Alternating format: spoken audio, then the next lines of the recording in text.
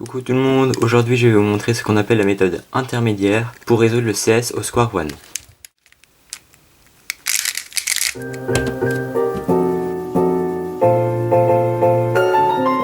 Déjà un petit rappel de ce que c'est le CS au square one. Donc c'est le cube shape, donc c'est la toute première étape de résolution où vous partez d'un cube qui n'est pas un cube, hop, et vous le remettez en forme de cube comme ça. Et donc quand vous débutez, généralement on vous a dit que pour résoudre le CS, il faut se démerder pour arriver à avoir 8 arêtes d'alignées sur le haut, et puis ensuite on fait un petit algo pour résoudre le CS. C'est ce qu'on appelle la méthode débutante de résoudre le CS au square one.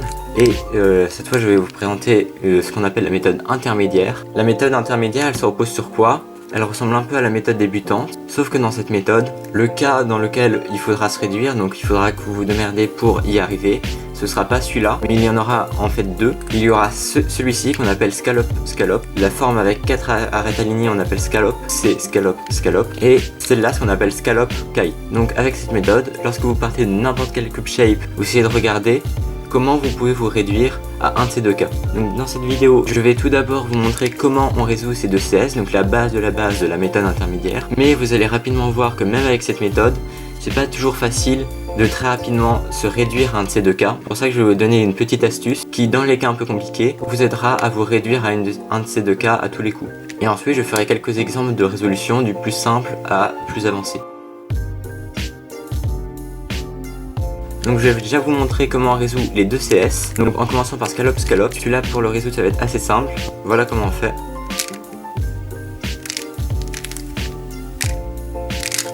Je répète. Donc là ce qu'on va faire c'est qu'on va se mettre ici, on va casser. Comme ça on aura plein de petites paires. Il y en a une qu'on va mettre à l'horizontale, l'autre à la verticale. On va recasser. Et là le reste est obvious. Vous remarquez que c'est la fin de l'algorithme qu'on vous a appris quand vous en avez 8 alignés. Quand vous en avez 8 alignés, déjà vous cassez comme ça. Ensuite vous réduisez à scallop en fait. Vous recassez, vous mettez comme ça. Vous cassez et hop, vous finissez. Donc celui-là ne devrait pas trop vous intimider étant donné que ça ressemble beaucoup à celui où vous en avez 8 comme ça. Attention, c'est aussi important de savoir le faire de plusieurs angles. Donc ici c'est aussi important de savoir le faire de derrière comme ça. C'est quasiment pareil, vous coupez. Vous vous démerdez pour en avoir un à l'horizontale, un à la verticale. Vous coupez.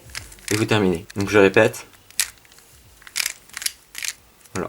Donc maintenant on va passer à celui qui est un peu plus étranger normalement, c'est scallop kite. Kite, je répète bien, c'est cette forme là où vous en avez deux ici et deux ici en opposé. Donc pour résoudre lui, comme ça, vous allez faire ceci.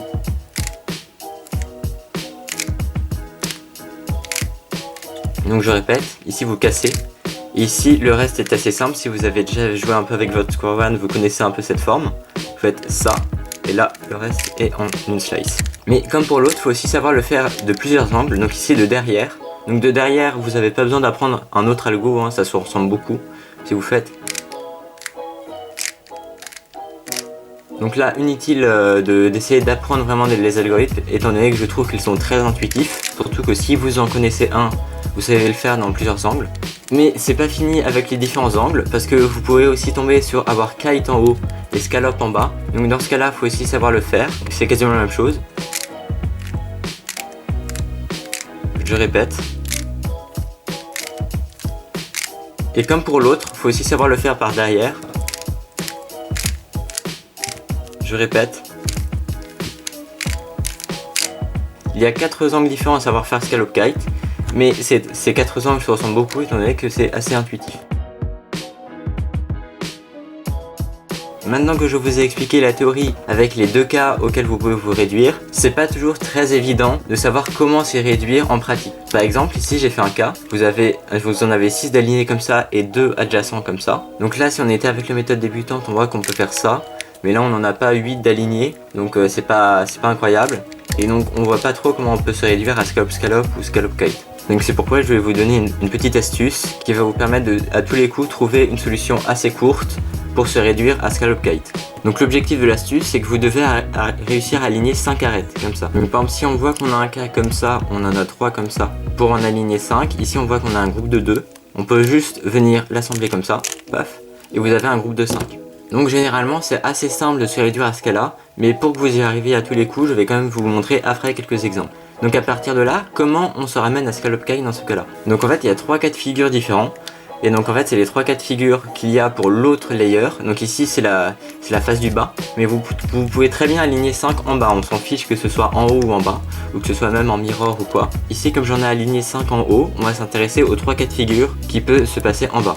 Donc déjà le premier cas de figure c'est si vous avez juste une paire d'arêtes comme ça qui sont collées. Donc comment vous faites? Vous voyez que vous pouvez mettre lui là, et ici vous pouvez en fait découper votre truc avec 5 en une paire d'arêtes opposées et un scallop. Donc vous voyez que si vous faites ça ici, vous avez scallop kite. Maintenant le deuxième cas de figure, c'est s'il y a une paire d'arêtes qui est séparée, qui est un peu adjacent mais pas collée non plus. Ici, à nouveau, vous voyez que cette figure là, vous pouvez la casser en un scallop et une paire d'arêtes adjacentes. Donc ce que vous faites, vous mettez cette paire d'arêtes là ici, slice, et vous avez scallop scallop. Parce qu'en fait ce qui est bien avec kite, c'est que vous pouvez l'envisager de deux manières. Déjà comme un assemblage de deux paires d'arêtes adjacentes, et un assemblage d'une paire d'arêtes collées et d'une paire d'arêtes opposées. C'est exactement ce qu'on retrouve ici.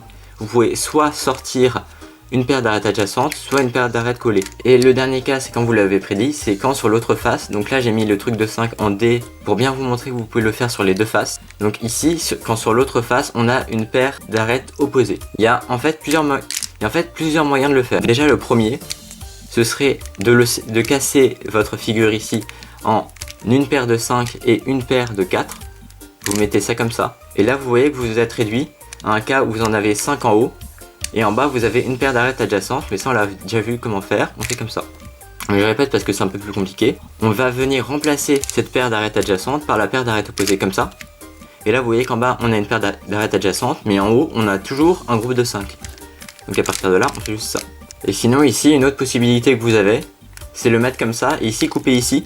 Vous voyez en un truc de 3 et une paire d'arêtes collées, tac, ici vous avez ça, et à partir de là qu'est-ce que vous faites? Vous mettez votre figure comme ça, vous faites slash, et là vous avez scallop scallop. Donc ça c'est un peu plus technique, donc je repasse, ok. Donc vous vous mettez comme ça, vous faites slash, et ici vous voyez que vous avez un scallop, une paire d'arêtes collées, et une autre paire d'arêtes collées. Donc vous reliez vos deux paires, et vous avez scallop scallop.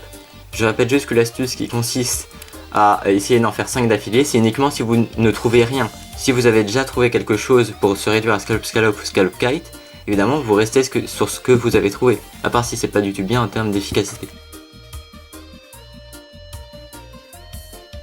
Pour mettre en pratique tout ça, je vais vous montrer quelques exemples de réduction à scallop scallop ou scallop kite, avec une difficulté croissante. Donc déjà on a quelque chose de tout simple. Donc ici, on a une paire de 4 qui sont collées, ici on a une paire d'adjacentes, ici on a une autre paire d'adjacentes.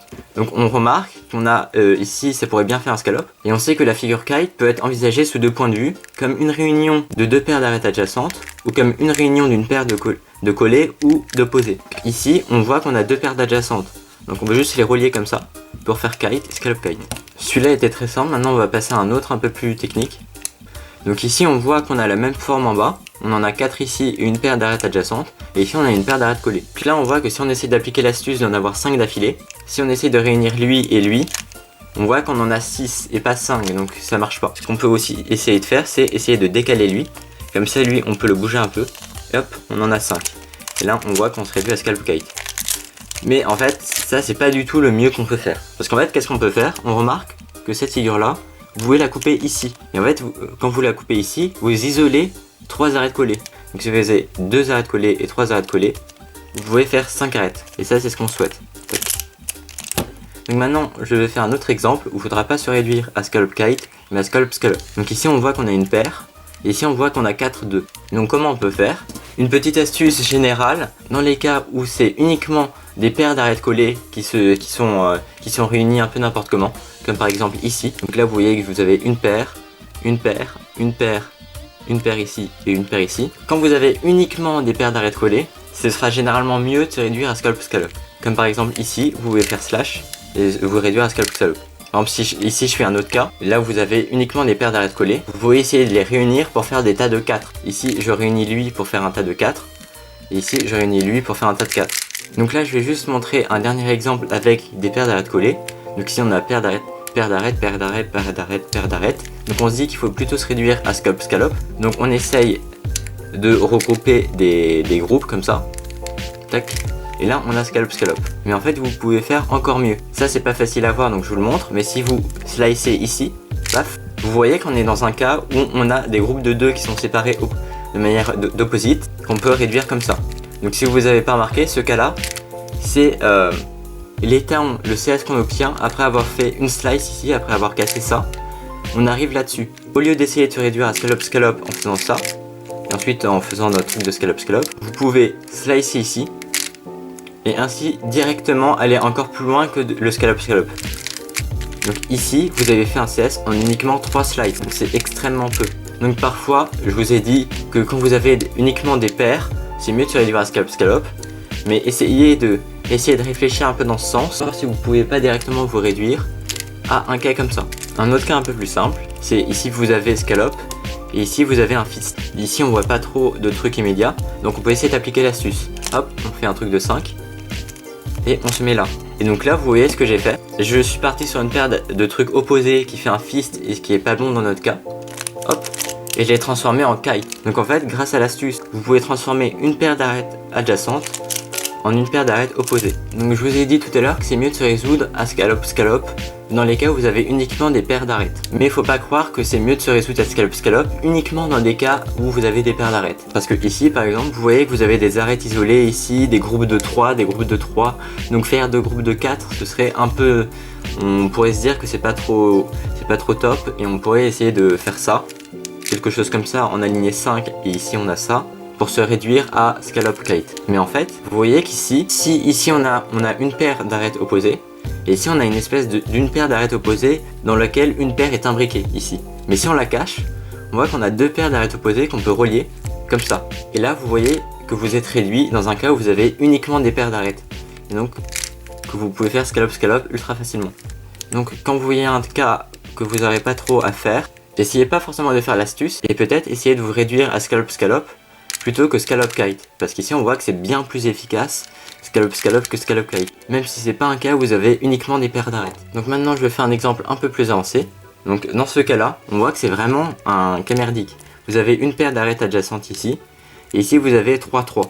Comment vous pourriez appliquer l'astuce?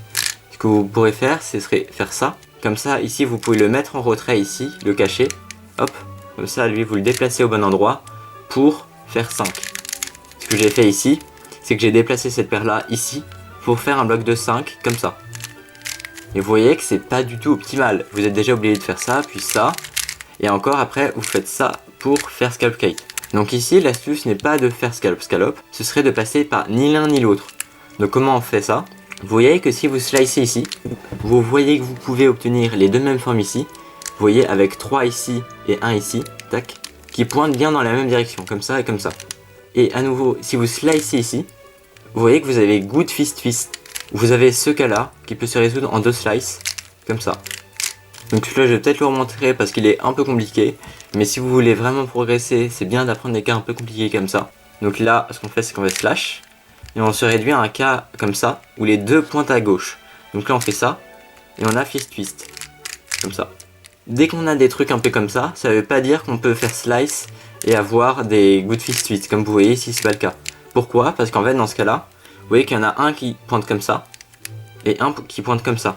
Donc si on essaie de résoudre ça, on voit qu'ici si on fait slash, on a 2 groupes de 4. Donc là on peut facilement les séparer pour avoir scallop. Donc voilà, je pense avoir donné pas mal d'exemples pour que vous soyez bien à l'aise avec la méthode intermédiaire de réduction de score of Wren. Si vous n'êtes pas encore à l'aise avec ces notions, ce que je vous conseille, c'est de simplement s'entraîner. Et s'entraîner pas d'une manière juste faire des solves. Parce que si vous faites des solves et que vous vous dites ouais en inspection j'ai pas le droit de tourner mon cube, j'ai pas le droit de tester des trucs, vous n'allez pas progresser parce que même si vous faites des solves, je sais qu'en compétition vous n'avez pas le droit de faire ça et tout, vous n'avez pas le droit de tourner votre cube, mais si vous vous entraînez et que vous trouvez un cas qui vous semble compliqué, c'est une bonne idée d'essayer d'expérimenter en tournant même pendant l'inspection, plutôt que juste en solve essayer de faire un truc ultra bourrin super rapidement et en fait au final se rater et rien apprendre de son erreur. C'est mieux, par exemple ici on voit que si on fait ça, paf, on se réduit à ce cas là assez rapidement. Donc si vous tombez sur des cas du style qui sont un peu compliqués, je vous conseille de juste expérimenter avec même pendant l'inspection, d'essayer différents trucs et tout pour trouver une solution optimale pour ce cas. Et c'est ainsi que vous allez pouvoir progresser plutôt que juste faire des solves de manière bourrine sans réfléchir. Donc sur ce, n'oubliez pas de vous abonner et de mettre un petit pouce bleu. Et je vous dis à très bientôt pour plein de nouvelles vidéos. Allez, salut tout le monde.